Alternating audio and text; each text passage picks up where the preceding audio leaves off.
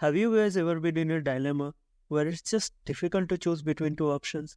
Well, that's how it feels when you have to learn deep learning and you have to choose between PyTorch and TensorFlow. Well, these two come from the two powerhouses of tech. So today we will unravel this epic battle.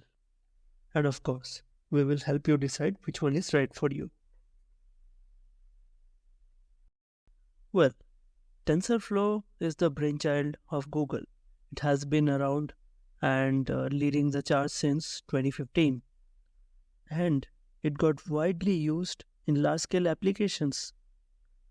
PyTorch, on the other hand, which came in 2016 from Facebook's AI lab, actually found out its own niche among researchers and academics. It's the classic case of an unstoppable force meeting an immovable object.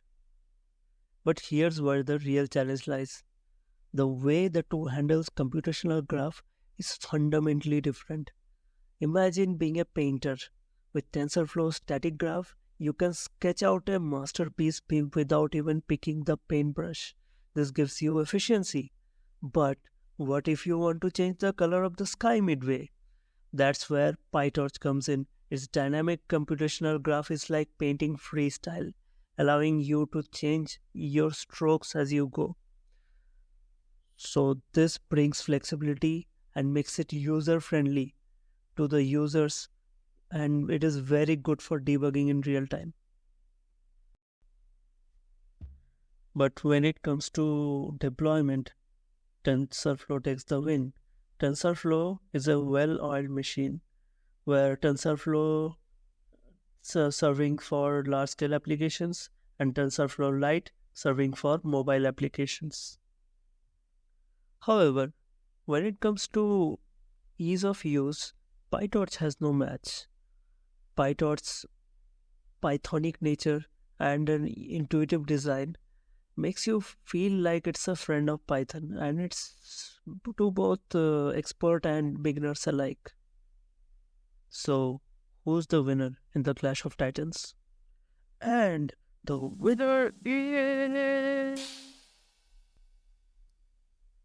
It's totally if you are an explorer at heart and if you have to constantly tweak your models, PyTorch is your ally. But if you are building a large-scale application, you need TensorFlow. In the end, it's the tool which solves your unique problem in the most efficient way. So dive in, explore, and may the best framework win. Thank you so much for being this long in this video, and I hope this video gave you some clarity. Please subscribe to our channel and please check out our other videos. Until then, take care.